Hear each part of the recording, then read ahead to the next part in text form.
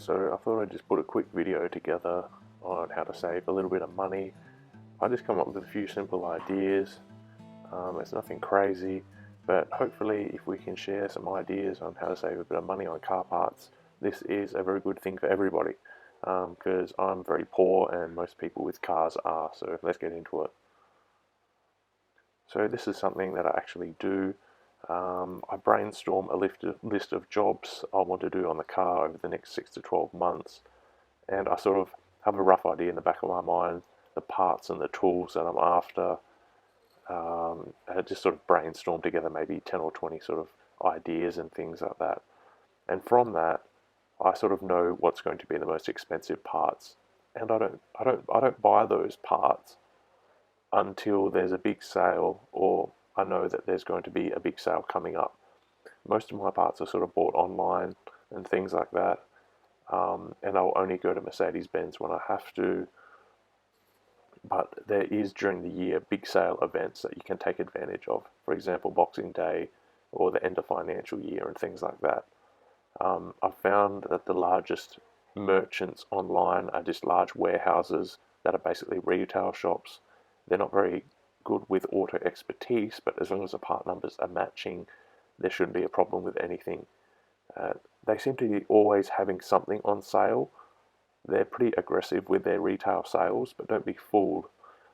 Shop only when the big sales are occurring and try to get these good discounts, like a good 20% off or something like that.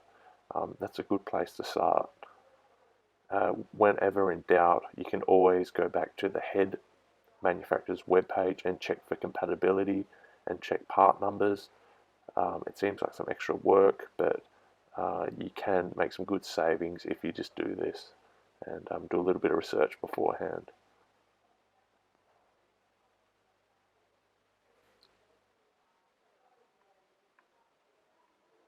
These are the web pages that I basically sort of have in the back of my mind. I follow these web pages and I just keep them in my favorites, and I just sort of flick back and forward and see if anything is on special and then do parts comparisons and things like that.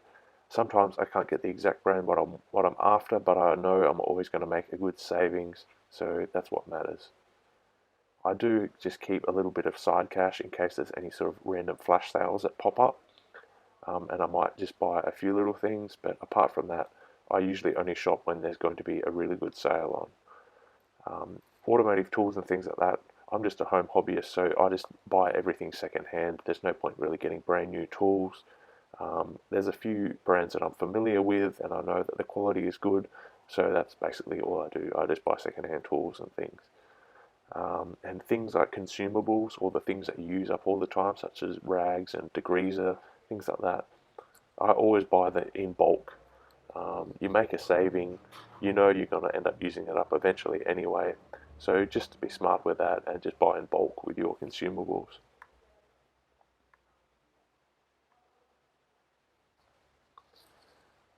This idea isn't going to appeal to everybody, but I think everybody sort of understands this.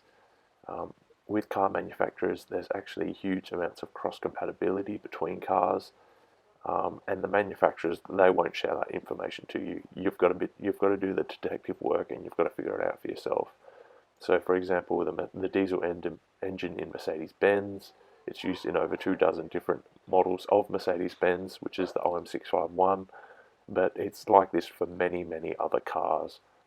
There's shared manufacturing, there's shared parts, and there's cross compatibility. So you've got to look for car companies that are in a merger or car companies that have partnerships. You'll find that they do share some parts, and you may find that you can get a bit of a savings from this, or you have better accessibility. And these are just another few ideas.